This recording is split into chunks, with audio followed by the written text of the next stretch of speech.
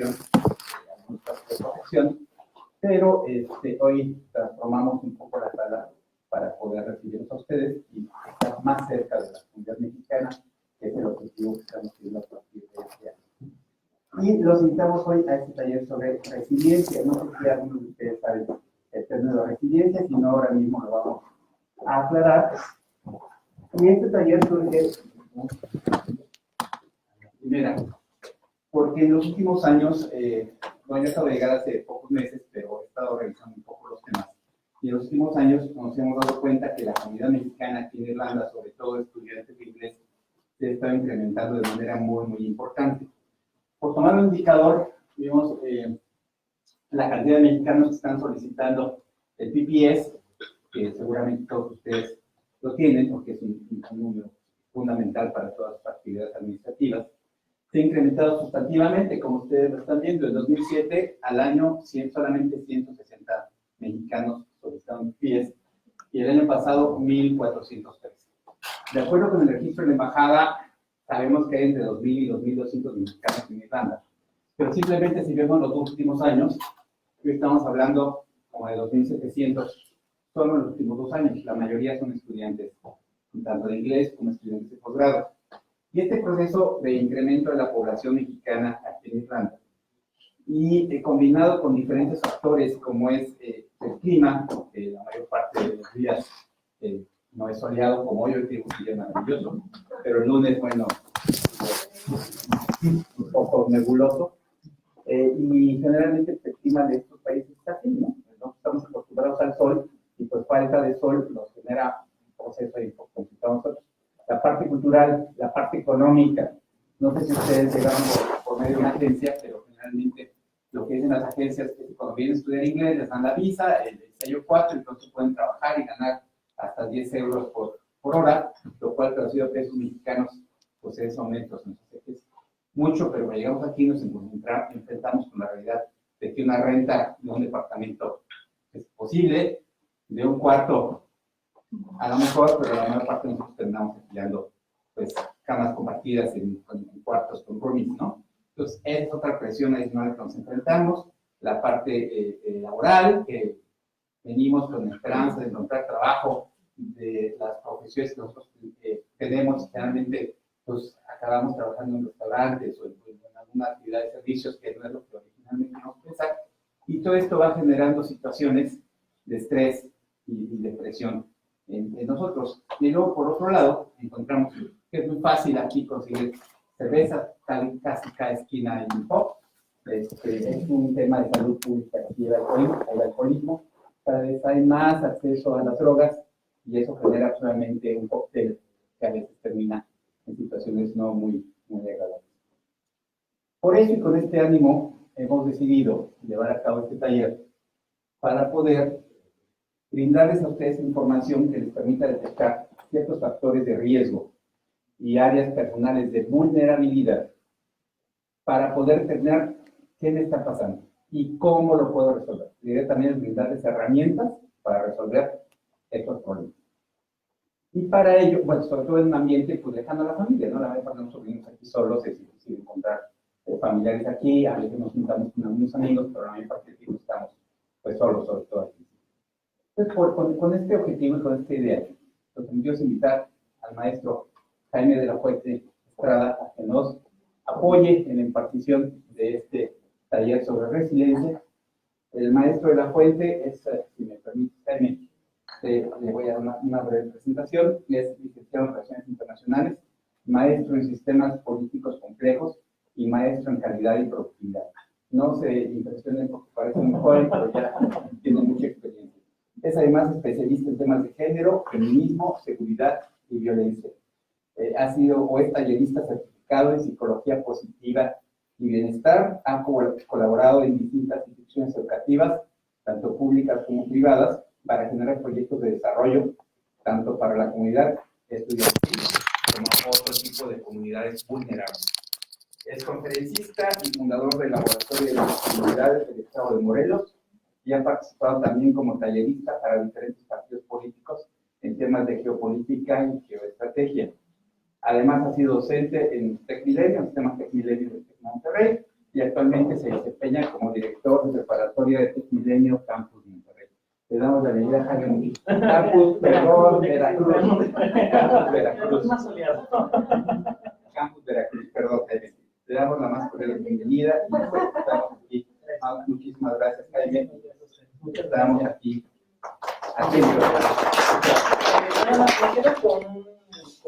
Un audífono porque vamos a hacer una grabación del audio, porque queremos ofrecerles este material que esté grabado y que podamos tener una mejor calidad de audio. Entonces no creen que es por favor hacer una llamada, ni nada por el estilo, ni por una falta de respeto, sino para tener una mejor audio para nosotros. ¿Ok?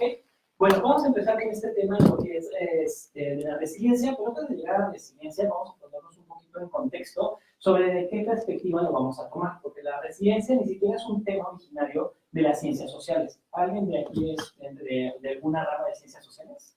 ¿De qué áreas? Ciencias de la comunicación. Ciencias de la comunicación, ¿vale? Políticas. Y bueno, sabemos que las ciencias sociales, o sea, nos encanta robarnos conceptos de otras áreas. Y eso pasa con la resiliencia, por eso quiero ponerlo sobre un poquito en contexto. En donde pues vamos a partir del proceso de psicología positiva. Este nombre de psicología positiva es muy nuevo, de hecho se acuña en 1995 en el Congreso de Apumal, en Cancún. Se hace un foro de psicología positiva, de ciencias del bienestar subjetivo, que son estudios desde hace muchísimo tiempo, donde podemos encontrar a uno de los más importantes, más conocidos, es Viktor Frankl, con el hombre de busca del sentido, en donde pues, bueno, podemos rastrear mucha información sobre el estudio del bienestar. Pero es hasta ese momento, en 1995, donde se decide converger todos estos estudios que estaban sueltos, que estaban por diferentes partes, y se crea el concepto de psicología positiva, en donde no es una rama nueva de la psicología tradicional, simplemente es un enfoque distinto, es como el otro lado de la moneda. Si vemos en la psicología tradicional, durante muchísimos años nos hemos dedicado, quienes se han dedicado al estudio de lo que es los malestares o lo que son muchas patologías. Y hacemos preguntas muy básicas como cuando estamos estresados, ¿cómo te sientes? Cuando estamos tristes, ¿qué tenemos, no? Cuando hablamos de alguien que tiene, vamos a un extremo muy grande, que tiene bipolaridad, ya nosotros podemos imaginar, a lo mejor con una idea, por de película o algo por el estilo, podemos imaginarnos su comportamiento, ¿no? Entonces nos hemos acercado de una manera muy fácil y muy rápida al tema del malestar. Y acercarnos al tema de la psicología positiva es simplemente cambiar las preguntas. ¿Cómo funciona una persona que se encuentra más satisfecha? ¿Cómo funciona una persona que se puede al momento de trabajar o de estudiar? ¿O qué sucede con el tema de la resiliencia? ¿Qué sucede con una persona que a pesar de las presiones de diferentes factores de riesgo los que vive, cómo se puede sobreponer? ¿Qué sucede? Porque bien sabemos que yo llevo un momento de vacaciones. Y pues como en México, ¿no? Ahí está intercontinentales, podemos decir también hay un por 8, ¡ay, mira, es muy similar! ¿No? O sea, no hay tanta diferencia, no sé de qué podemos encontrar. Entonces, podemos saber, ¿no? O sea, una persona que a lo mejor vive un cierto cuadro en su vida, pues a lo mejor podemos tener ese resultado ahí, ¿no? Pero hay gente que tiene ese mismo cuadro muy similar y tiene otra vida como más cercana a nosotros, que no tiene ese resultado. Entonces, nos interesa saber en la parte de psicología positiva o bienestar subjetivo, ¿qué pasa con esas personas? ¿Qué los hace tan distintos que no llegamos siempre a ese mismo resultado, ¿no? Digo, cada quien tiene afectaciones de distinto tipo y por diferentes temas, ¿no? Pero bueno, un concepto por Martin Seligman, que es quien acuña este concepto, importante, no lo hace cuando es simplemente un psicólogo, lo hace cuando es el presidente de la APA, es un momento políticamente importante para él, para que tenga una voz mucho más fuerte. Nos dice, es el estudio científico de las experiencias positivas, los rasgos individuales positivos, las situaciones que facilitan su desarrollo y los programas que ayudan a la mejora de la calidad de vida de los individuos mientras previene o reduce la incidencia de algunas psicopatologías. Pues estamos viendo, vamos a hablar muchísimo de factores protectores que nos van a ayudar a mejorar nuestro desarrollo o vivir de mejor manera. ¿Okay? Igual, en cualquier momento pueden hacer la mano, pueden hacer preguntas. Si su pregunta viene de dentro de la presentación, es decir, en 5 minutos lo contesto, viene aquí. Si no, dedicaré el tiempo específico para contestar. ¿Okay? No se preocupen. También si hablo muy rápido, me pueden aventar algo y me bajo la velocidad, porque luego me pongo un poquito nervioso y tiendo a hablar un poquito rápido. ¿Ok? Y pues bueno, lo que buscamos en la psicología positiva es fomentar el bienestar en las demás personas y no solamente fomentarles el bienestar, sino que también tengan las herramientas a la mano para poder detectar situaciones de riesgo y cómo aumentar su bienestar. Bueno, este es nuestro cuadro, nuestro primer marco teórico, y el siguiente con el que quiero trabajar yo es pues, con un primer concepto de felicidad.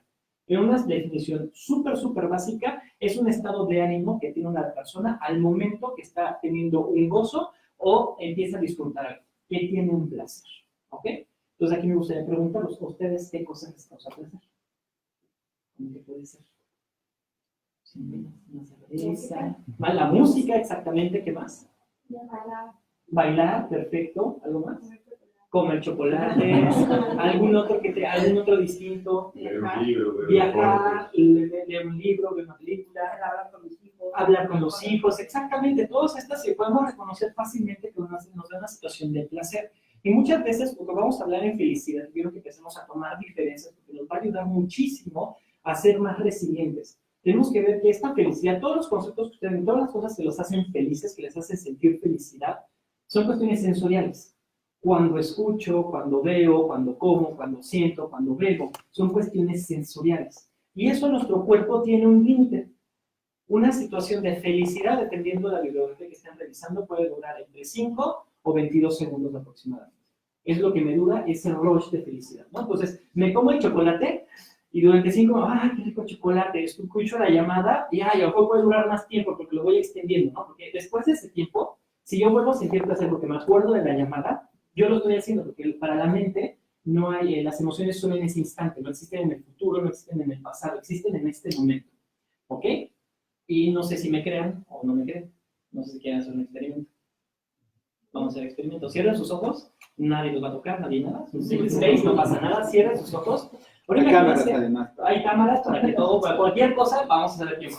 ¿Ok? Entonces, imagínense, hoy el día estuvo muy soleado, pero ahora imagínense ese día soleado en la playa, así con calorcito. Sí, bien calorcito la playa, cómo se escucha el mar. Y por ahí adelante vemos que viene una charola de mariscos, o una cerveza bien helada, bien suave, ¿ok? Y en este momento empiezan a cortar un limón. Y es un limón verde jugoso, de eso que están sudando completamente. Y van a agarrar y exprimir ese limón en esa cerveza o en ese plato de mariscos. Van viendo las gotas, esa gota que se escurre hasta por el codo de la maruca. Así, esa. ¿Ok? Ahora se ven los ojos. ¿Qué pasó con sus papilas gustativas? Empezamos a salivar, ¿no? Y ese es un efecto, o sea, para su cerebro, el cerebro no decía, en algún momento voy a tener un limón. No, para su cerebro el limón está en ese momento y por eso genera todo eso. Entonces, todas esas emociones positivas que yo puedo sentir en el momento que me acuerdo, ayer hablé con mis hijos, o sea, vuelvo a revivir esa emoción, ayer la plática con mis amigas en el café estuvo padrísimo, oye, el libro que leí en esa parte que me emocionó tanto del libro, lo vuelvo a revivir, mi cuerpo lo vuelve a sentir, y esa es la parte bonita, porque sucede también con las emociones negativas. Entonces, cuando yo me enojo y sigo reviviendo ese enojo, pues yo me estoy machacando solo, ¿ok? Entonces, primera técnica, primeros auxilios emocionales. Primero y basiquísimo. Cuando ustedes se cortan, imagínense, yo me corté el otro día, picando. Cuando ustedes se cortan por un accidente o algo por el estilo, ¿al día siguiente se están picando la herida? No. Cuando ustedes se caen, se rompen una pierna, les pongo un brazo y se ponen clavos, ¿se están jugando con los clavos? ¿Por qué? Duele. Pues porque duele. Entonces, si eso duele, porque estoy reviviendo una emoción negativa constantemente. O sea, eso es otro tema y es otro taller como de 5 horas, bien divertido. Pero es un factor importante que tenemos que notar. Finalmente, tenemos que ver cómo estamos emocionalmente y qué estamos repitiendo. Pero volvamos a retomar esta parte de la felicidad. Esta felicidad, así como estos sentimientos negativos, como sentimientos positivos, duran muy poco tiempo. Entonces, la felicidad realmente parece que es de corto plazo. Y en este contexto quiero que le veamos así, la felicidad es a corto plazo, aunque todo el mundo nos encantaría. Decimos, mi meta en la vida es ser felices, pues eso nos pone en una cuestión bien complicada, porque ser felices, pues tenemos que vivir en cada momento. Y para ser feliz tengo que satisfacer necesidades. Y si recordamos nuestra pirámide de Maslow, pues las necesidades básicas son gigantescas y jamás se van a acabar. Entonces, cuando yo intento ser feliz a partir de satisfacer mis necesidades, pues damas y caballeros, nos ponemos un horizonte, y ese horizonte, pues cada vez que yo doy un paso, se aleja un paso. Entonces, el proceso de felicidad sí es necesario en el momento. No estoy diciendo ahorita que todos nos vamos a volver ascéticos, ya no vamos a beber, ni nada. No, es importante, pero tenemos que empezar a compararlo con conceptos a un mayor largo plazo, que sería el siguiente, que me gusta mucho, que es el bienestar. ¿Ok? Recordemos, felicidad, hoy lo vamos a entender a corto plazo. Hoy lo vamos a ver qué es bienestar, que es un estado de las personas cuyas condiciones físicas y mentales le proporcionan un sentimiento de satisfacción y tranquilidad. Y en otras bibliografías importantes nos dice sentirse satisfecho, completamente libre, tranquilo y seguro. ¿Ok? Si nos damos cuenta, estas definiciones no podemos marcarlas tanto como aquí. ¿Ok?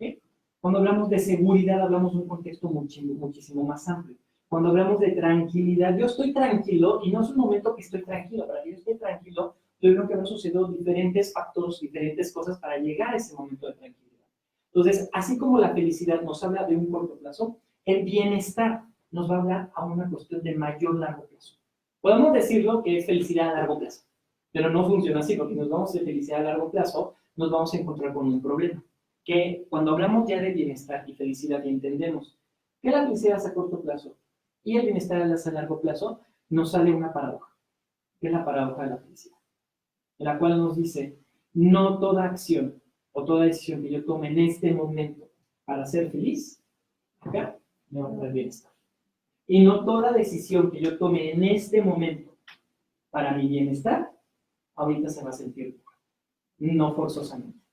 Entonces, eso es muy importante, porque ahorita vamos a decirlo. ¿Okay? Cerveza todos los días. Hoy es felicidad, y al rato de la cerveza es felicidad, pero en unos años, déjate alcoholismo, cirrosis. Y definitivamente sabemos que eso no es un estado de bienestar. ¿Ok? Vamos en el caso, 2 barras de chocolate diarias. En el momento va a ser una felicidad inmensa, padrísimo, pero en poco vamos a ver los niveles de azúcar y colesterol en los siguientes años. Entonces, no forzosamente una decisión de este momento para mi felicidad me va a generar bienestar. Entonces, tenemos que tener mucho, y no estoy, como les vuelvo a decir, no quiero que ahorita lleguen y tiren todas sus cervezas. No quiero que lleguen y regalen todos sus chocolates y que vean a sus amigos. No quiero que hagan eso. Lo que quiero que veamos es qué decisiones estoy tomando. Mis decisiones, esta decisión, si yo la duplico en 1000 tiempo, ¿me va a seguir haciendo bien? O ya me va a empezar a hacer un daño. Y es cuando yo estoy viendo si mis decisiones están más enfocadas a un bienestar o simplemente una felicidad momentánea. Que yo vuelvo a remarcar, la felicidad momentánea es necesaria, pero no puede ser nuestro día a día. Desafortunadamente, muchas veces cuando nos encontramos en una situación ahorita que estamos viviendo lejos, que la economía es difícil y todo esto, pues la felicidad momentánea es muy importante. Y nos permitimos muchísimas veces, somos muy indulgentes con nosotros, que a la vuelta de la esquina nos arrepentimos. Uy, ¿por qué? Pero bueno, ¿no? Entonces, vivimos otros días para mejorarlo y otros días para hacer las cosas mejor. Entonces, ya tenemos bien estos 2 conceptos. Felicidad es en el presente, es algo instantáneo. Bienestar es a largo plazo. No es que no sean compatibles, se alcanzan de distinta manera, pero los necesitamos ambos, porque definitivamente no voy a tener bienestar si en un momento de mi vida no tuve felicidad. Y no voy a poder tener felicidad si no estoy buscando alcanzar mi bienestar. ¿Ok? ¿Vamos bien? Perfecto. Ok, entonces ahora sí vamos a ver como tal la resiliencia. La resiliencia nace desde un concepto desde la ingeniería. Es un concepto que nos habla de la cantidad de energía que puede resistir un material antes de deformarse. Entonces puede ser, por ejemplo, una resistencia en un foco, que nos dimos cuenta que hace mucho tiempo, no me acuerdo quién fue el bambú, porque encontré que el filamento del bambú era el que más iba a durarle. En un resorte, cuánta energía puede resistir antes de deformarse y no volver a su forma original. Entonces, ese es el concepto que tomamos la resiliencia. Antes de las ciencias sociales lo toma la ecología y nos dice, es la cantidad de perturbaciones que puede sufrir un ambiente y tener la posibilidad de recuperarse. Entonces, por ejemplo, si ahorita contamináramos aquí una costa o por el estilo, ¿cuánto tiempo tardaría en esa costa volver a condiciones normales? Y eso hablaríamos de un proceso de resiliencia en el medio ambiente. Y luego lo tomamos para las ciencias sociales. Bueno, antes de ser resiliencia se llamaba invulnerabilidad.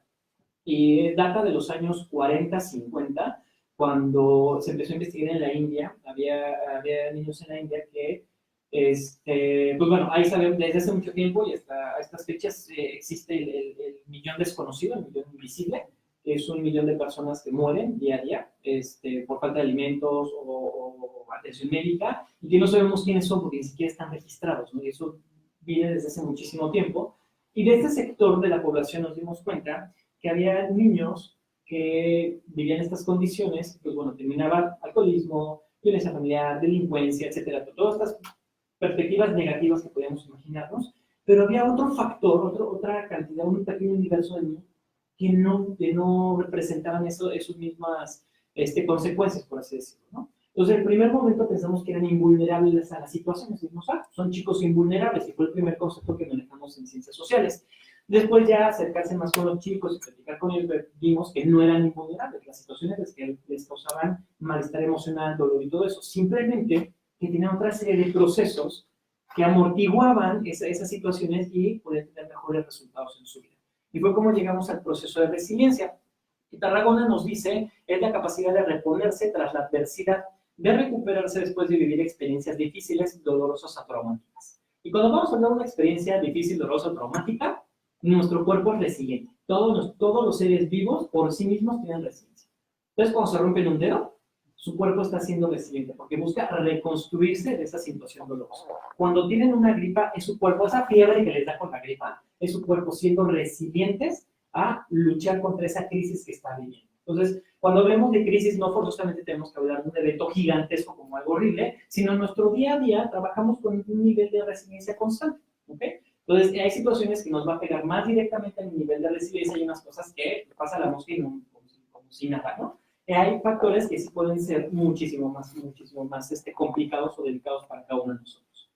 Y para algunos la resiliencia implica no solamente salir adelante de esta situación dura, sino crecer y ser mejor a partir de esta experiencia. Y esto ya es un concepto que trae más Tarragona que a mí me gusta mucho. No solamente reponerte a la experiencia, o sea, todos nos podemos reponerizar como nuestro básico. O sea, toda situación negativa o experiencia negativa que tengamos, nuestro básico es reponernos allá y decir, o sea, tengo gripa y hoy me levanto y no voy a trabajar o no voy a estudiar y a ver cómo le hago, ¿no? Pero eso sería un primer nivel de resiliencia. Ser aún más resiliente sería, ¿cómo voy a cuidar mejor mis hábitos para no estarme enfermando cada 2 o 3 meses? O cada mes siempre tengo una gripa, o cada 2 semanas tengo problemas estomacales. Entonces, ¿qué tengo que hacer para yo ser mejor con mis hábitos alimenticios o mis hábitos de ejercicio para no caer constantemente en esta situación? Entonces, no solamente es llegar a algún momento, superarlo, sino crecer a partir de ello. Y tenemos, por ejemplo, un concepto que es resiliencia colectiva o comunitaria, en donde habla de qué factores o qué medios utiliza una comunidad para evitar catástrofes naturales. Entonces tenemos casos en Chile, tenemos casos en Argentina y en la India, fue uno de los primeros casos donde comunidades de mujeres empezaron a tener una presencia política mucho más fuerte, a defender recursos hídricos de otras compañías, porque al momento de reducir la cantidad de agua a su acceso, pues no tenían con qué sembrar, y eso afectaba a largo plazo a sus familias y todo eso. Entonces también hay un concepto de resiliencia comunitaria o colectiva. ¿Okay? ¿Vamos bien aquí? Segurísimos. Si no, cualquier cosa me avientan algo y yo respondo. ¿Ok? Pero desafortunadamente no todos los individuos somos capaces de enfrentar, somos tan eficientes al momento de enfrentar las situaciones adversas. Menos cuando se nos van acumulando, como al perro se nos suceden las pulgas. Nos pasa a veces lo mismo. A veces, muchas veces cuando ya tenemos un malestar, se nos sigue sumando más y más y más malestares. Entonces lo que tenemos que ver es cómo manejamos no solamente un malestar, sino cómo manejamos una cadena de malestares que muchas veces, a lo mejor cuando ya tengo un cierto malestar de esta altura, pues aunque tenga 5 chiquitos, pues ya se ve más alto, y aunque se tenga otros 2 chiquitos, se ve más alto. Entonces se me está llenando el vaso y me estoy preocupando cada vez más. Entonces, a veces cuando se nos desborda el vaso, no tiene que ser forzosamente algo gigantesco, son pequeñas cosas del día a día constantemente que no atendí de manera apropiada. Entonces, también la manera en que nosotros somos partícipes de nuestra resiliencia, porque creemos que es un factor externo, somos partícipes, vamos resolviendo poco a poco, podemos mejorar esta parte, ¿ok? Y también para entender un poquito más cómo es la resiliencia y cómo funciona la resiliencia, tenemos que entender 2 factores principales de nuestro día a día, que son los factores de riesgo y los factores protectores. Los factores de riesgo son cualquier característica que tiene una persona, un medio ambiente, una comunidad, que va a poner en riesgo el bienestar de los individuos de manera personal o de los individuos de una colectividad. Por ejemplo, aquí un factor puede ser el clima, ¿no? Donde yo vivo en Veracruz, los huracanes son un factor de riesgo. Entonces, tarde o temprano nos va a llevar un huracán, ¿no? Es algo que es un factor de riesgo, ¿no? A lo mejor en la Ciudad de México hay temblores, a lo mejor aquí hay heladas, luego por el estilo, son factores que nos pueden poner en cuestión de bienestar. Pero a nivel individual también tenemos factores, por ejemplo, predisposición a enfermedades. Hay algunos de nosotros que tenemos mayor predisposición a ser diabéticos, a ser hipertensos, a presentar algún tipo de enfermedad Entonces, esos factores nos van a dar una mayor probabilidad de afectar nuestro bienestar. Puede ser también personales. Si tengo yo no una conducta adictiva. Entonces, eso también es un factor de riesgo que tenemos que estar midiendo. Y los factores protectores son todas estas condiciones favorables que van a evitar o van a reducir el impacto de los factores de riesgo.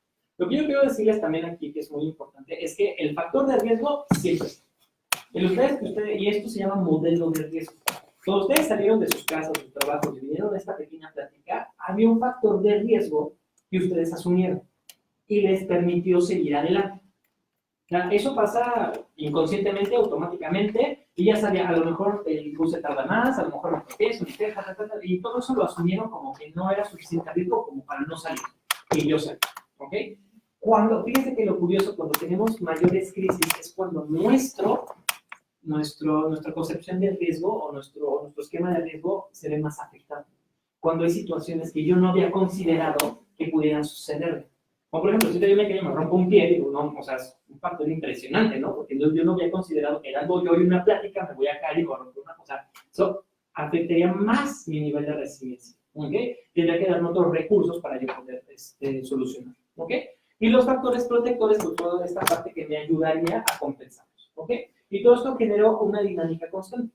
En nuestro día a día, nosotros estamos trabajando, viviendo y tenemos pequeñas crisis, pequeñas afectaciones que van así como piquetitos de mosca, sumándonos, hasta que de repente ya tenemos una reacción en cadena, una así enorme de lo que sucede a nivel sistémico, ¿no? Entonces, como les decía, no solamente tiene que ser una situación grande de crisis, sino puede ser la acumulación de diferentes que termine por rompernos. Y tenemos que ir midiendo cada una de ellas, ¿ok?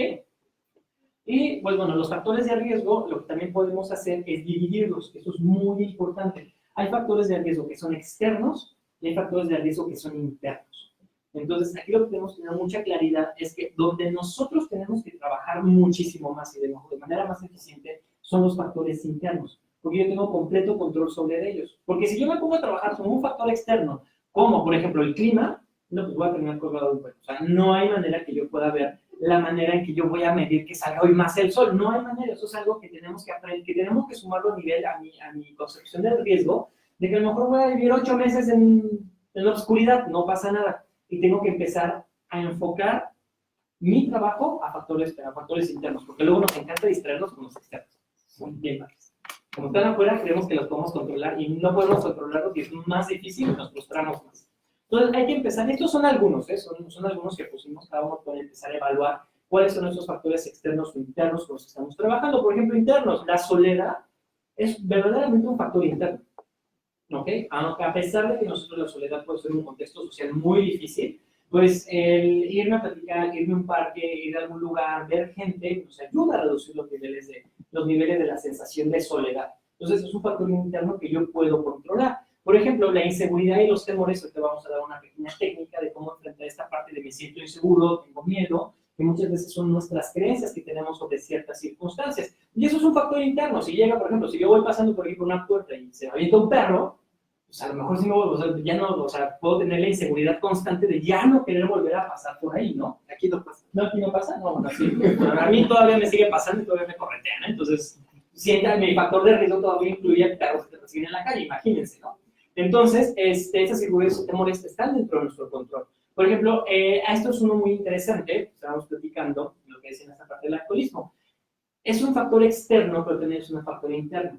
Externamente, el acceso a las sustancias es un factor de riesgo, pero que tengamos acceso no quiere decir que todos vamos a consumir, o nuestra manera de consumir. Más bien, el abuso de sustancias es un factor interno que yo puedo controlar, ¿ok? De igual manera tenemos la enfermedad, tenemos muchos medios para nosotros mejorar nuestros niveles de enfermedad, aunque sí, el clima es uno de ellos, pero pues puedo mejorar mis hábitos alimenticios y de ejercicio, como decíamos, para tratar de no enfermarme tanto. El aislamiento, al igual que la soledad, son factores meramente internos que podemos trabajar desde nosotros mismos. Y puse esta aquí en medio, la presión social. Aunque sí es un factor externo, forzosamente, oye, no estés estudiando, hoy no vayas a trabajar, hoy no vayas a estudiar, mejor vámonos de juerga, mejor vamos a hacer esto. Sí es un factor externo, definitivamente, pero la decisión final es completamente interna. Entonces, es un factor que varía, que está más o menos mitad y mitad ahí, ¿ok? Y, por ejemplo, factores externos, pues, por ejemplo, podemos tener las condiciones familiares, son factores que a lo mejor nosotros no podemos alcanzar a controlar, son condiciones que van más allá, digo, a menos que yo sea bronqueado con el hermano, con el tío, con el primo, pues ya me involucra, pero si ya son ajenas a mí, son factores externos que yo no puedo controlar. Lo que habíamos hablado del clima, el idioma también es un factor impresionante, algo que yo me di cuenta, según yo hablaba inglés, ¿quién sabe qué hablo? O sea, ¿quién nadie me entiende? O sea, y más interesante aún, no entiendo a nadie, entonces es otro tema muy, muy interesante. Fijo que entiendo y trato de que me señalen muchas cosas y eso me ha ayudado a sobrevivir, eso es interesante, pero tampoco es un factor que yo me tenga que concentrar porque finalmente yo no puedo controlarlo. Digo, mi mejora del idioma puede estar aquí, ¿no? La mejora de mis habilidades es un factor interno, pero de todas maneras, si el señor que habla completamente galés va a seguir hablando galés y va a tener un acento horrible y no voy a poder solucionarlo, entonces si me sigo peleando con eso, gasto energía que a lo mejor no tengo para trabajar con factores internos. Ya habíamos visto el acceso a sustancias. Y otro factor externo que puede llegar a ser pérdidas de personas que nosotros tenemos, de seres queridos, ¿no? Tenemos factores externos que no podemos controlar, que son factores, por ejemplo, las condiciones familiares, pérdida de un ser querido, son factores que a lo mejor ante la distancia nos afectan muchísimo más porque nos sentimos aún, o sea, de por sí ya están fuera de mi zona de control. Y ahora la distancia, pues muchísimo más me siento fuera de control y me siento un poquito más responsable, puedo sentir un poquito más culpable. Y tenemos que ser a lo mejor un poquito más fríos en ciertas cosas que yo puedo tener verdadero control o no control, ¿no? ¿Okay? ¿Vamos bien aquí? Entonces, aquí lo que necesitamos es que cada uno de ustedes, esta presentación YouTube va a tener acceso a ella, se pongan a pensar qué factores internos, qué factores externos son los que más les llegan, cómo los están manejando, que ahorita vamos a revisar algunas de estas, ¿ok? Y bueno, al momento que nosotros estamos viviendo toda esta parte de los factores internos y externos, como decía, los factores protectores ayudan a minimizar los factores de riesgo, son las amenazas que vivo constantemente, pero cuando yo no empiezo a manejarlos bien, esta vivencia de diferentes situaciones traumáticas o difíciles puede hacernos sentir que tenemos, nos hace sentir incompetentes, nos hace sentir que no somos capaces, nos hace sentir como miedo, nos hace sentir muy mal con nosotros mismos, es decir, nos queremos levantar de la cama. Y esto es una señal muy importante. Cuando tenemos esta serie de sentimientos negativos, sí tenemos que ponerle una alertita, no tenemos que poner una alerta en todas las ventanas, pero sí tenemos que poner una bandera roja muy importante en el momento que yo me empiezo a sentir. De estas siguientes maneras que vamos a ver, sí tengo que poner una bandera de que estoy entrando en un proceso de crisis. Y es muy importante que las vayamos reconociendo porque nos va a ayudar a actuar de manera más rápida. Porque luego ya nos damos cuenta que estamos en crisis, estamos en la crisis y enfrento la crisis ya que estoy en el hoyo. Entonces ya, pues no es lo mismo salir de medio cuerpo del hoyo a cuando ya te caíste al hoyo y todavía te hiciste el favor de estar cavando como 3 días, ya salirse de ahí cuesta más trabajo. Entonces, cuando empecemos a detectar algunos de estos factores, sí es importante empezar a desarrollar mecanismos personales o mecanismos con gente que conozcamos para ayudarnos, ¿ok? Y una sintomatología de la crisis tiene algunos de estos factores, todos o unos, como sea, o en diferentes tiempos, ¿ok? Primero, un desgano, no tengo ganas de hacer las cosas. Y el desgano es, me da igual, no es flojera, todos hemos estado cansados, todos hemos decidido, ay, no, estoy bien cansado, pero tienes esa energía, ¿no? O sea, te vas girando 5 grados cada vez para salirte de la cama, ¿no? Se te caen los ojos, tú dices, no, yo tengo que levantar y haces esas fuerzas. El desgano, es más, tampoco es tirarse, tampoco, porque hay veces que dices, ay, no, hoy sí me he hecho 10 minutos y llego más tarde, pero los vale. Hoy si no llego 10 minutos antes no pasa nada. Tampoco ese es el desgano, es el llegue o no llegue, pase lo que pase, es como desenchufarse completamente. Entonces, esa sensación ya es una bandera roja. Y es bien importante porque nos damos cuenta, nos escuchamos, es como que tuviéramos 2 voces. Hay una voz dentro de mi cabeza que es, hay desgano, hay flojera, no hay que movernos, y otro que dice, a ver, no, muévete. O sea, cuando tengamos ese diálogo interno, hay que prender una banderita. O sea, aquí hay algo que está sucediendo. Siguiente, falta de energía. La falta de energía normalmente nosotros lo asociamos con fatiga. Y que podemos ya nosotros vivir y experimentar lo que es una fatiga crónica. Pequeñas actividades o pequeños quehaceres que antes hacemos regularmente, ahora me cuesta muchísimo trabajo. Me da una pesadez, o al terminarlo me siento muy, muy cansado. Otra característica de la fatiga es el dolor. O sea, cuando tengo fatiga, aunque haya yo trapeado, lavado los trastes, me duele, siento un dolor generalizado. Entonces, eso también puede ser fatiga.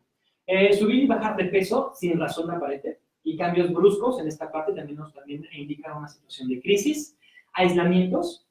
Tenemos casos en donde gente en crisis busca aislarse por una cuestión de creencias en donde no quieren verse vulnerables, donde les da pena, donde les da miedo ser juzgados, entonces la gente empieza a aislarse, ¿ok? ¿Cómo detectar el aislamiento? Es muy importante, porque nos cuesta muchísimo trabajo. Primero, la primera fase de aislamiento, yo la hago. Yo empiezo a hacer el aislamiento. Oye, vamos a hacer esto, vamos a hacer, ay, no tengo ganas, no tengo tiempo, tengo aquí. La siguiente fase del aislamiento, la gente ya no me está invitando. Ya entra un verdadero aislamiento. Porque la gente ya finalmente se cansa de invitarnos y es normal. Entonces, cuando yo ya estoy ya 3 veces a la semana, 4 veces a la semana, y dije, ya no voy, pues hay que ver si en verdad estoy haciendo algo verdaderamente importante o estoy encerrado en mi cuarto.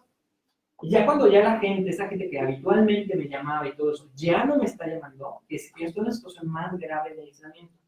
Otra característica muy importante del aislamiento, y más cuando está ligado a una cuestión de depresión, es el discurso interno que hacemos.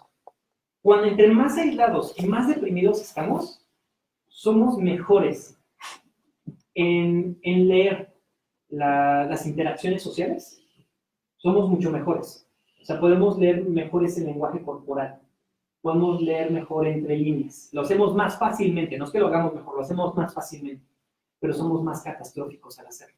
Entonces, cuando alguien no te llamó y dices, ay, de seguro ya no me habló porque, pues seguro ya encontró algo más importante, más divertido que hacer, algo por el estilo, y es una señal. Cuando terminas una interacción, porque nos pasa de repente que platicas con alguien, tú te quedas como con una incomodidad. Y dije, ay, creo que a lo mejor no le caí tan bien, ay, no estuvo contando, la plática no estuvo tan sencilla, o de seguro, o sea, seguro va a hablar mal de mí. Esos pequeños sentimientos hablan un poquito de un nivel de depresión, un nivel de aislamiento que estamos haciendo. Es magnífico lo que hace el cerebro porque supuestamente ese mecanismo de depresión y aislamiento, leer mejor las interacciones, debería servirnos para acercarnos más a las demás personas y saber cómo una persona está más contenta o más triste y podemos acercar a ellos, pero pues nosotros usamos para alejarnos más, entonces tenemos que invertirlo. Nada más hay como señal para que puedan tener hoy algunas características que les pueden ayudar. Son los mismos sentir soledad y tristeza. Soledad hay que tener distinto, en inglés se utiliza bastante, no es lo mismo alone than loneliness. Entonces sí hay que tener muy diferenciado eso. La soledad es, a pesar que yo estoy en un grupo de personas, no siento ese nivel de conexión, ¿ok? Porque a lo mejor estamos, no estoy con nadie, este cuarto puede estar vacío, pues me siento conectado con las demás personas y no pasa nada, pero el problema es cuando a pesar de que yo estoy rodeado de gente y estoy interactuando con las demás personas, no siento ese nivel de conexión. Continuamente ganas de llorar, ¿ok? Y muchas veces sin explicación, no es porque acabamos de ver una película romántica, ¿ok? Eso nos puede ayudar a sentirnos mejor emocionalmente. Pero de repente hay ciertos factores o ciertas situaciones que de repente hasta viene la emocionalidad desde abajo y no sabes ni cómo por dónde, te sientes otra vez que en tus 15 años y dices, esto no me había pasado, o sea, esa emoción de que no sabes, de que te hace falta contención, porque es lo que queremos, o sea, buscamos que alguien que te contuviera, esa sensación también es una sensación que podemos tener una banderita para la crisis. Dolores de cabeza constantes y sin ninguna explicación. Yo soy una persona que vive con migraña. Entonces sé identificar perfectamente una migraña que me puede causar. Entonces ya empieza con una migraña, ya sea automáticamente hidratación, automáticamente chocolate, porque puede tener una baja de azúcar, automáticamente proteína. O sea, entonces el litro de agua, 15 minutos, sigue el dolor, ok, un chocolate, ok, un bistec, o sea, ya sabes que la última, dormir, ¿no? Entonces ya vamos viendo, pero sabes que de repente hay dolores que no tienen explicación. No forzosamente tiene que ser una migraña, pero no le puedes dar una explicación tan clara de por qué me duele la cabeza. A ver, no estuve 8 horas viendo la televisión, no estuve leyendo un paper súper complicado, no estuve en clase, no estuve tantas horas. O sea, no hay una razón muy lógica para ese dolor de cabeza. Y también varían de lugares, no forzosamente tiene que ser en el mismo. ¿Ok? Trastornos digestivos o respiratorios o renales, esos también son más constantes. Situaciones de crisis nos empeoran nuestra salud en general, entonces podemos ser más propensos a enfermarnos, de tos, de gripa. Trastornos renales ya es un proceso más largo, pero hay uno, para lo que voy a decir, diarrea y estreñimiento. Y algo que nos da muchísimo, cuando estamos en una situación de crisis, cuando estamos en una crisis, el lunes tuve diarrea y el miércoles estoy estreñido.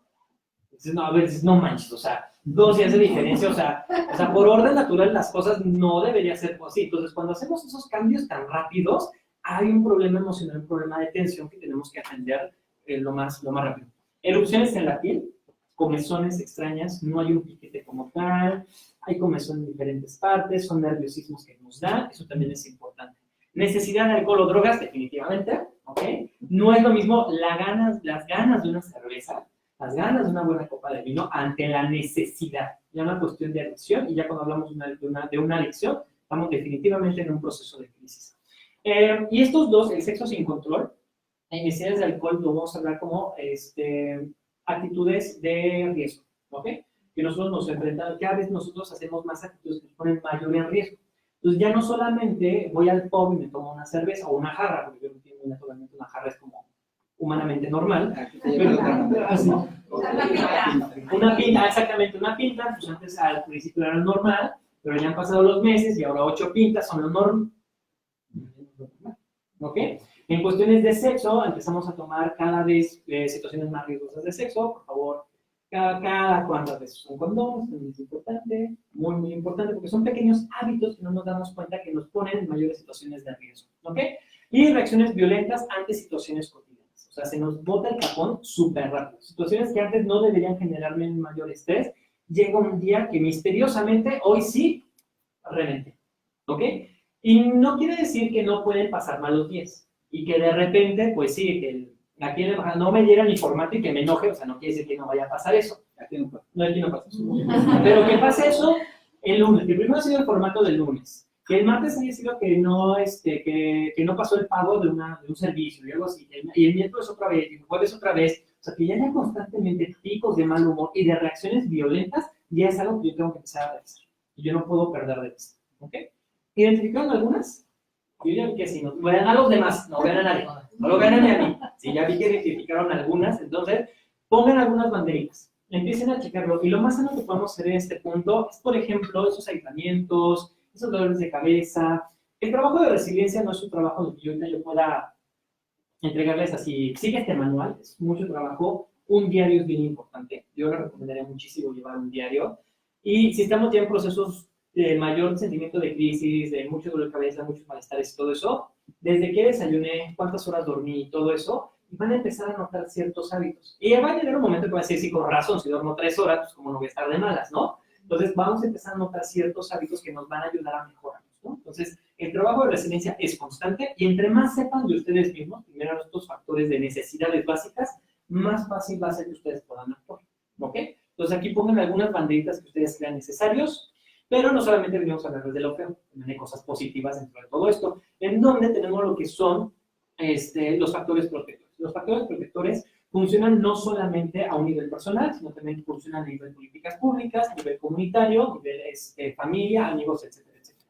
Y, por ejemplo, bueno, los elementos que van a resistir el impacto de los factores de riesgo. Y aquí en este ambiente, en este medio ambiente donde estamos desarrollando nosotros, pues primero tenemos un proceso de baja de gobierno, nuestra comunidad, donde nos estamos viviendo, nuestros compañeros de trabajo, compañeros de escuela, también son una red de apoyo, y finalmente lo individual. Yo puedo hacer individualmente para cada día poder estar bien. Y vamos a medir un poquito cada uno de ellos. Vamos a explicar. ¿Qué? ¿Dudas, preguntas, comentarios? ¿No? Perfecto. Vamos a seguir.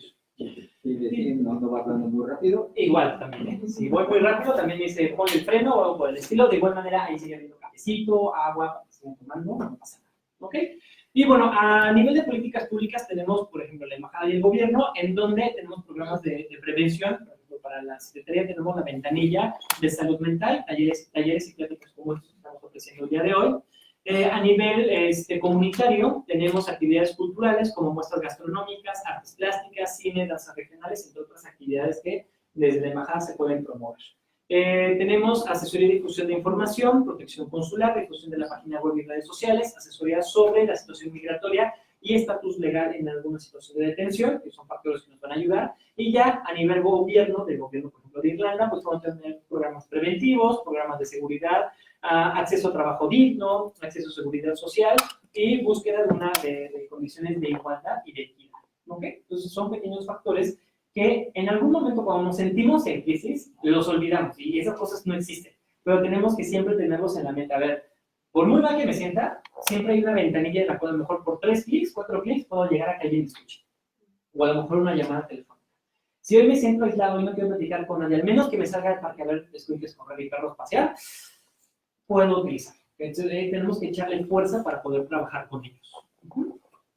A nivel comunidad, por ejemplo, tenemos barrios que son muy seguros. Hay que cuidar el que tanto nosotros convivimos con barrios, zonas que a lo mejor no tienen muy buena fama, que pueden ser más inseguros. También tenemos que buscar no exponernos innecesariamente. Existen organizaciones prosociales, como por ejemplo organizaciones de mexicanos y latinos en Irlanda, actividades extracurriculares como deportes, círculos de conversación. Tenemos también una parte donde mucha gente encuentra algún descanso o una mejora en esta parte de resiliencia, puede ser una cuestión de fe, también es válido. Las ciencias del bienestar subjetivo no estamos peleados con la religiosidad, de hecho la espiritualidad es una parte muy importante del bienestar y cada uno lo puede encontrar de distintas maneras. Entonces, podernos acercarnos a nuestra fe hacia una iglesia, sin importar cuál sea, nos puede ayudar bastante a ayudarnos a sentirnos mejor, ¿ok? Y grupos de apoyo contra adicciones también nos puede ayudar porque estamos viviendo una experiencia colectiva. Entonces, al momento que yo hablo de algo, alguien habla de una situación y yo entiendo que no soy el único que la pasa, porque yo entiendo que muchas veces, en este sentirnos solos, alejados, todo eso, me siento como el único que lo sufre. Y salgo a la calle y veo un chorro de gente contenta. Y veo a mis compañeros de trabajo y veo que, o sea, sí me cuenta que le fue mal con la novia, que se peleó, pero lo veo contento y trabajando. Veo a mis compañeros de trabajo de escuela que a pesar de que sufren a lo mejor otro tipo de carencias, pero entregan sus actividades, están progresando en sus tesis, todo eso. Entonces yo a veces me siento yo solo más aislado. Y no es cierto. Todas las personas sufrimos de algún mayor o menor medida. No estamos aislados en ese dolor. Y al momento que participamos con estos grupos, como puede ser la iglesia, grupos de adicciones, grupos de lectura, cuando encuentras que alguien sufre igual que tú, ya te sientes menos solo. Dices, ay, sí es cierto, él sufre igual que yo. Entonces, a lo mejor, pues él tiene otros métodos para solucionarlo. A lo mejor el dolor no es tan inmenso, y a lo mejor puedo encontrar otra manera, o él me puede aconsejar de una manera para acercarme a ese dolor. ¿Ok? Y oferta de cultural gratuita, que puede ser museos, galerías, jardines, parques públicos, conciertos, toda esta parte que en algún momento, cuando estamos en situaciones de crisis y es válido, no hay que colgarse de ellos, pero la distracción es bien, bien importante. ¿Okay? El movernos de ese eje donde estamos trabajando constantemente, movernos a una actividad, ver algo distinto, escuchar algo distinto, nos va a ayudar muchísimo. Entonces, sí se vale ser indulgentes cuando estoy en una parte de crisis, pero no se vale colgarme de eso para el resto de la vida, porque quiere decir que no estoy saliendo de la crisis. Sigo en la crisis, nomás me estoy haciendo parte. ¿Ok? Entonces, si de repente yo decido, y sabes qué, está este concierto, quiero ver esto, quiero hacer acá, vale la pena distraerse. Y van a ver que se van a sentir mejor. Poquito tiempo, pero eso puede ser un escaloncito en la mejoría constante de día. ¿Ok? Perfecto. Y a nivel de escuela y compañeros, pues bueno, maestros o compañeros de trabajo que se interesen por nosotros, siempre hay alguien, no estamos solos, definitivamente no estamos solos, siempre hay alguien que le interesa verdaderamente y auténticamente el saber cómo está. Siempre hay, ustedes saben quién es esa persona que irremediablemente cómo estás y que quiere escucharnos. A lo mejor no tiene todo el tiempo, pero a lo mejor tiene 5 minutos para escuchar. Hoy está haciendo un día bien difícil. Y a lo mejor más adelante van a poder platicar. Entonces siempre hay alguien, no crean que están solos. No nos creamos ese cuento que nos contamos solitos de que estamos completamente solos porque no es verdad. Actividades curriculares como club de conversación, como lo decíamos hace un momento. Compañeros solidarios, responsables y empáticos, eso es muy importante. Cuando nosotros estamos viviendo situaciones de crisis, tener compañeros o aliados, que me gusta llamarlos aliados, que puedan ser solidarios y empáticos es muy importante. ¿Por qué? Cuando uno es un extremo, yo pongo ejemplos bien radicales para que nos quede bien. Si yo estoy teniendo un problema de alcoholismo, mi compañero solidario y empático no es el que me lleva el pop. Me dice, no lo es. O sea, por muy cuate que sea y todo eso, él no me está haciendo ningún bien. Me cuesta trabajo aceptarlo. Pero a lo mejor el que me dice, oye, mejor vámonos a correr. Por mucho que lo odies, dices, correr 8 de la mañana el domingo, estás enfermo mental. A lo mejor él está siendo muchísimo más empático y solidario a una situación que yo estoy viviendo. Entonces tenemos que ver mis necesidades y cómo me está ayudando cada una de estas personas a alcanzarlas. ¿Ok? Entonces son este tipo de personas que si yo tengo un objetivo claro, que es a lo mejor tener un trabajo, mejorar mi idioma, tener una carrera y todo esto, esos personajes que me ayudan verdaderamente a acercarme a esas metas son las personas que están siendo solidarias y empáticos. Y se vale tener los que nos lleven a la juerga, los que me distraigan, se vale, pero tenemos que tener siempre un equilibrio. ¿Ok? Y Y pues bueno, finalmente en lo individual, a un factor que nos ayuda muchísimo a ser mayormente resilientes, tener una infancia sana, física y mentalmente. No crean que si ya sufrimos la infancia más fea del mundo, ya no la regamos. No, definitivamente no. Yo sobreviví. Todos la pasamos bien, no pasa absolutamente nada. Busca tener relaciones positivas con compañeros y amigos. Y relaciones positivas, son relaciones con las que yo pueda confiar. Hay relaciones que yo puedo confiar en pedir un favor, hay relaciones con las que yo puedo confiar en platicar algo, hay relaciones de diferente manera, pero tenerlas ubicadas, saber dónde está mi red de apoyo, ¿ok? Tener capacidad de regular mis emociones y conducta, que es esta parte, reconocer qué estoy sintiendo, cómo lo estoy sintiendo, y más adelante, porque es otra plática completamente distinta, qué estoy haciendo cuando me siento de cierta manera. Porque a todos nos ha dado el arrepentimiento de, ya me enojé, ya hice esto, ya contesté de esta manera, y ay, no debí haber dicho, no debí haber hecho, no debí haber mandado ese correo, no debí haber dicho, Entonces, el ir controlando esas emociones nos va a ayudar a ser cada vez más resilientes. Tener autoconfianza y autoestima es muy importante. Sé que cuesta a veces trabajo, pero siempre tenemos que buscar trabajar esa autoconfianza, y la autoconfianza es saber que soy capaz, tener la certeza de que soy capaz de hacer algo, lo que sea. Hay días que verdaderamente cuando trabajamos gratitud, es muy importante que nos ayude muchísimo la resiliencia. Gratitud, hay muchos textos que nos dicen, no se puede sentir gratitud por uno mismo. Y yo soy el primero que dice, eso es una mentira gigantesca. Porque pues, si tú no puedes sentir gratitud por ti mismo, ¿cómo vas a expresar gratitud a otras personas? Es así como tú puedes sentir gratitud, digo, porque hoy me levanté y me bañé, y es suficiente, bien me pudo haber no levantado y andar mugroso todo el día. ¿Okay? Y bien saben que hay compañeros de ustedes que bien agradecerían que se bañaran diariamente. ¿Okay? Entonces, vemos que sí hay factores de agradecimiento, y esa es esa certeza. Y el autoestima, hablaremos de una manera muy general, de este aprecio que yo tengo hacia mí, hacia ese ente que yo soy, en mis valores, en mi ética, en mis conductas, en mi trabajo, en mi sociedad, ese que yo valoro. No voy a juzgar si está bien o está mal, porque todos tenemos errores y podemos hacer cosas buenas y malas, pero que yo lo valoro. La situación que estoy viviendo es importante, es valiosa. El trabajo que yo tengo, la carrera que estoy estudiando es valioso. A lo mejor era algo que no quería estudiar, bueno, no importa, pero es valioso que lo está haciendo. Pues estoy trabajando en algo que no me satisface al 100%, pero pues lo tengo. Ese sentirse valioso, sin juzgar si es bueno o malo. Simplemente tener ese valor. Confianza en las capacidades para cumplir las metas, saber que podemos alcanzar un mejor futuro. Desarrollar talentos, eso es muy importante. Sentirnos hábiles. Decidir perfeccionar algo. Agarrar una habilidad y querer perfeccionarla lo más rápido y lo mejor posible. Bordar, correr, patinar, lo que sea, es importante para hacerlo. Porque cuando yo vea que en verdad a lo mejor la patinera volví a recuperarla, que a lo mejor el bordado lo volví a hacer bonito, que a lo mejor la cocinera me salió bien, me voy a sentir con diferentes capacidades para hacer otras cosas. O sea, si ya hice el fabuloso soufflé que antes no me quedaba, pues ahora, ¿qué no voy a poder hacer? Entonces vamos obteniendo estas capacidades. Tener una personalidad atractiva, esto nos suena curioso, pero hay que ser, lo que me gusta llamarlo es ser cálidos con las demás personas. Eso no quiere decir que tenemos que caerle a todos bien, no, eso no es necesario, no estamos para gustarle a todo el mundo, pero tenemos que tener una personalidad que busque la gente platicar con nosotros, por lo que sea. O sea, puede ser por una indumentaria, por algún factor que la gente busque esa atracción, y eso nos va a ayudar a sentirnos mejor.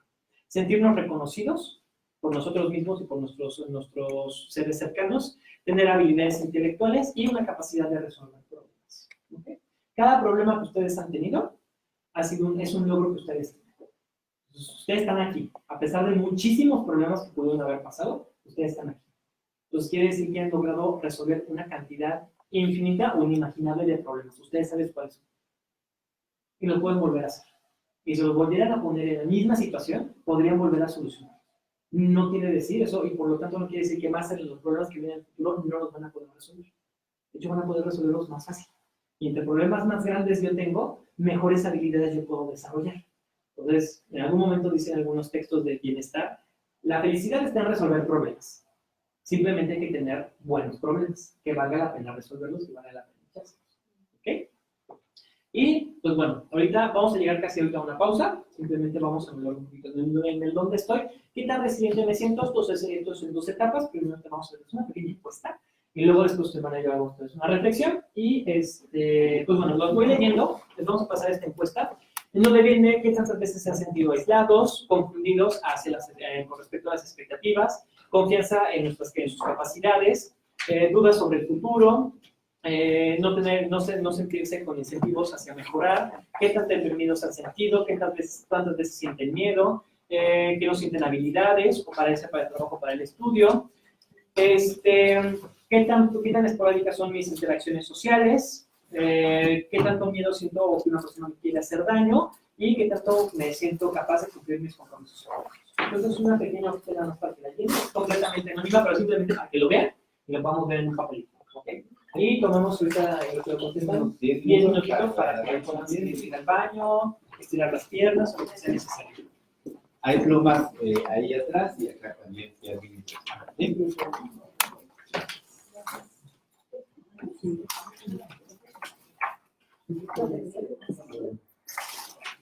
Supongo que la técnica de la escuela toma un espacio a los demás.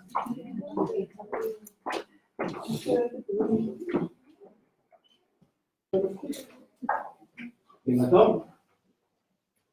¿Los de casa también se vale?